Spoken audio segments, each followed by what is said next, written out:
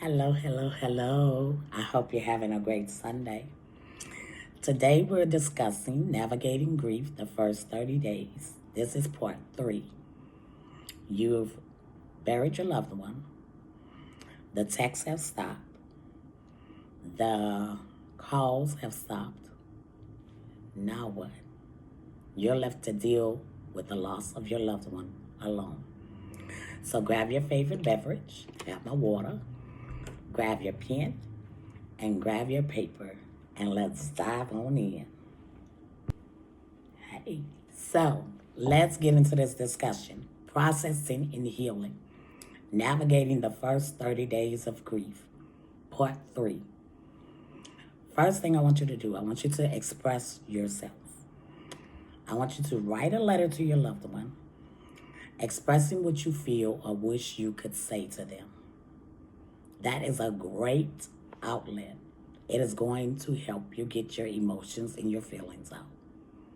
I did it when I first lost my mom, and it helped me get out of the anger mode into the she is gone.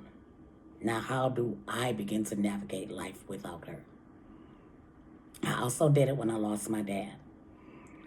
It allowed me to get out those last things I wish I could have said to him, because I did not know that my dad was going to pass away. You hardly ever know, right? It just happened out of the blue. So, write a letter to your loved one. Express how you feel. Express if you're angry. It's okay to be angry. We all go through that when a loved one passes away. Express how you're feeling. If you're really heartbroken, express that. Tell them. Let them know how their absence is missing in your life. Create something meaningful, like a memory box or a scrapbook. I created a memory box for my mom. It involved, it had her picture in it. My mom was a nurse, so it had a stethoscope. It had, what else? It had the little nurse's cap. It had that. It has her favorite beverage in it. So, made little things and put all that in her scrap, her memory box. I also created a throw for my dad that has her picture on it. And it says Forever My Gal. I'm going to see if I can post a picture of it in the description box or the comments below. Or you can go to my Facebook page, Delwana, and look it up, because I also have it on there. The second thing I want you to do is find comfort in prayer, rituals, whatever it is that you do or believe in to express yourself to your higher deity. So find comfort in that by attending a memorial.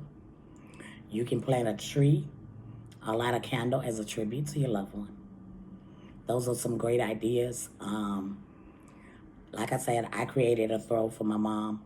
I'm in the process of trying to think of an idea of creating one for my dad. And I think I'm going to plant a tree, not a tree, but a plant in memory of my father.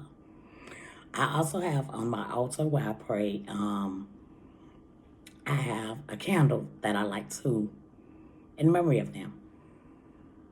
I do, when I pray, after I pray, I do tend to talk to my mom and my dad. I do tend to let them know that I miss them. Let them know what's going on in this family of theirs. Couldn't believe what your daughter done.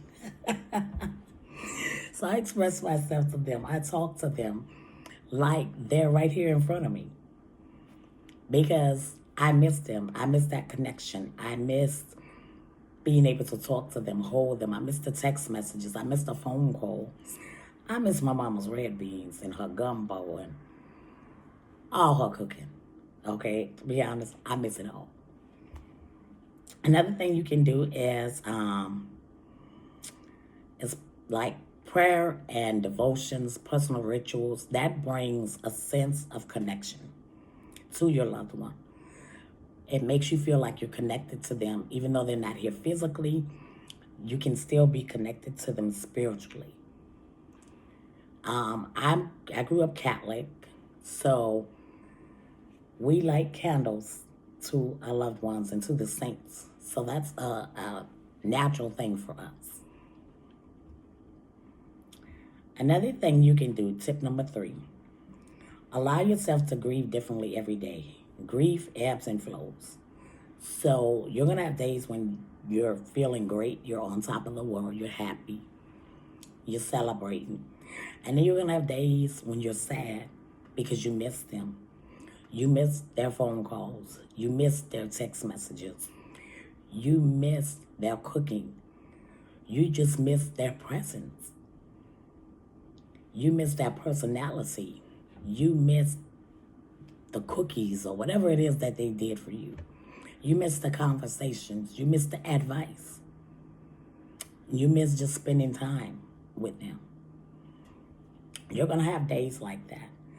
So don't be hard on yourself when you have days where you cry and it's uncontrollable, or you are sad, or you don't feel like being social, or you don't feel like going out, or whatever the case may be. You're going to have days like that. Give yourself some grace. That's when you give yourself some grace. You give yourself some love. Okay? So that's natural. That's normal. People experience it. Every day is not going to be happy. Every day is not going to be sad. You're going to have days that you start off real happy. You're going to work. You're ready to conquer the day.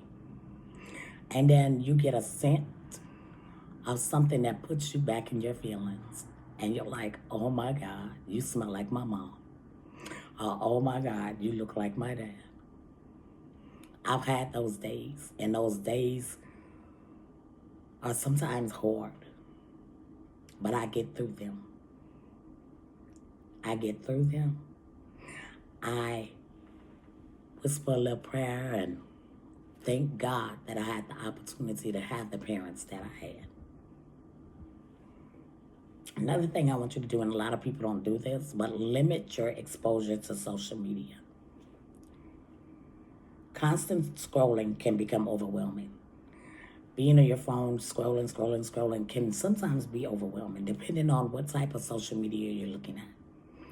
I can remember when my mom passed away. For some odd reason, my feeds were filled with people losing people. And it was overwhelming. It was like, why am I constantly seeing this? Why is this always showing up? So limit your exposure to social media. Take breaks and focus on your immediate needs rather than external noise. Y'all see me looking down, I'm just looking at my notes. Tip number 5 is explore mindful or guided breathing exercises. There are lots of apps in the App Store that will allow you to download breathing apps or mindfulness apps.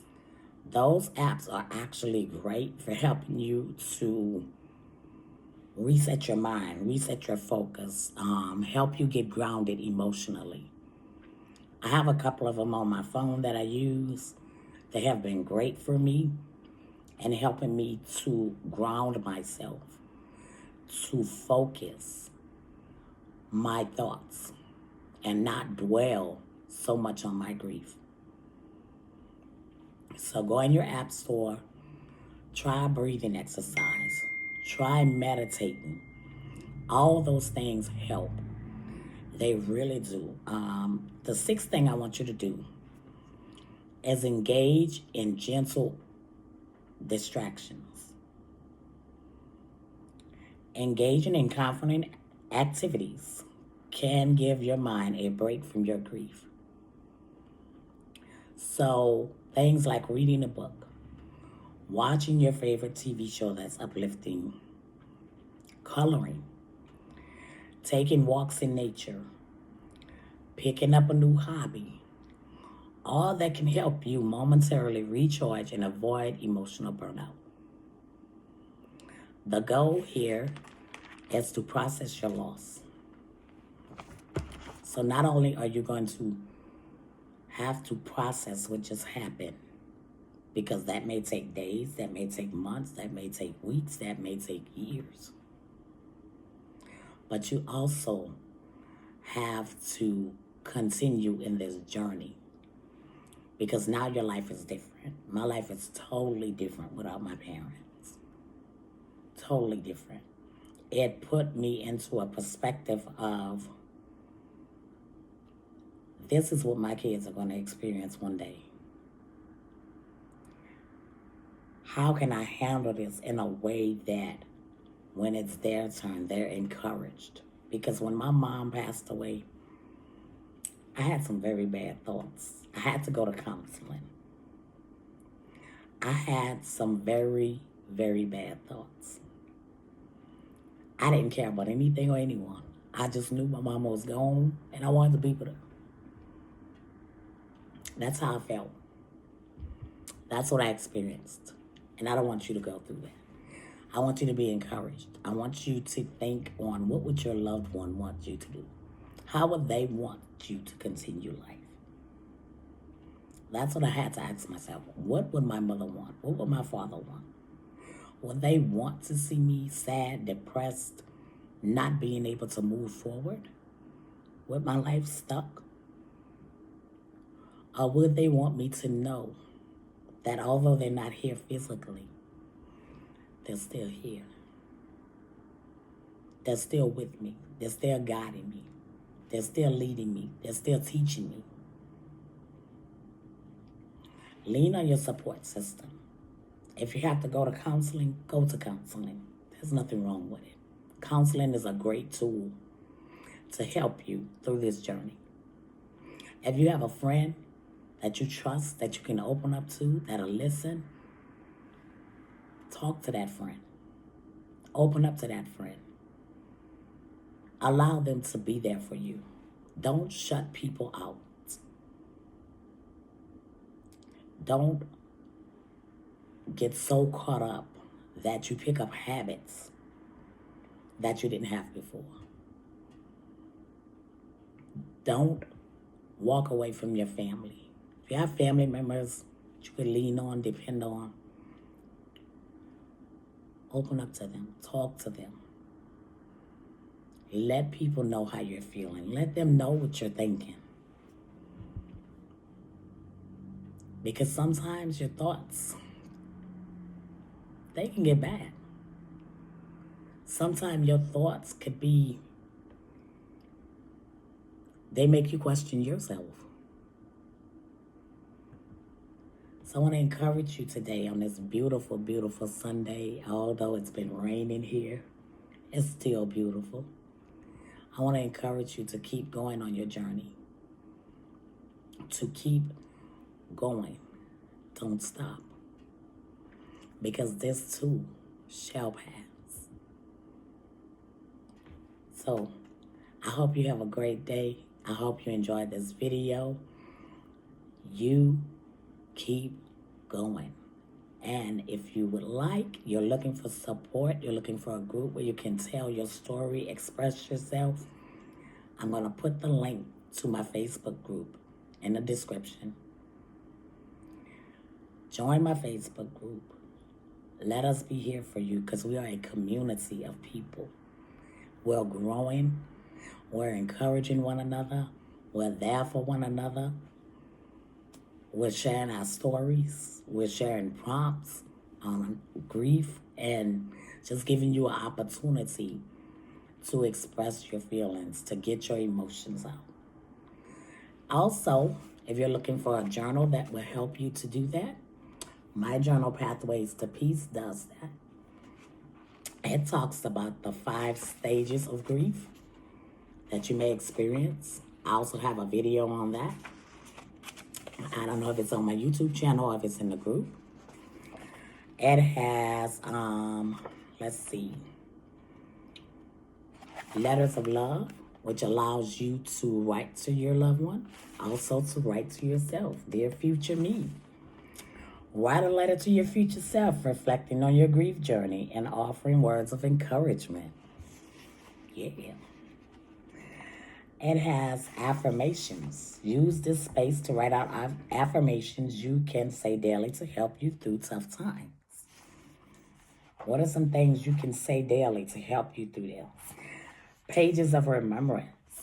I love this because I get to write down things about my loved ones that I don't want to forget, like their favorite color, their favorite food, some of the songs they enjoyed. Great, great, great journal. And it also includes a personal poem I wrote called I Walked Around Heaven Last Night.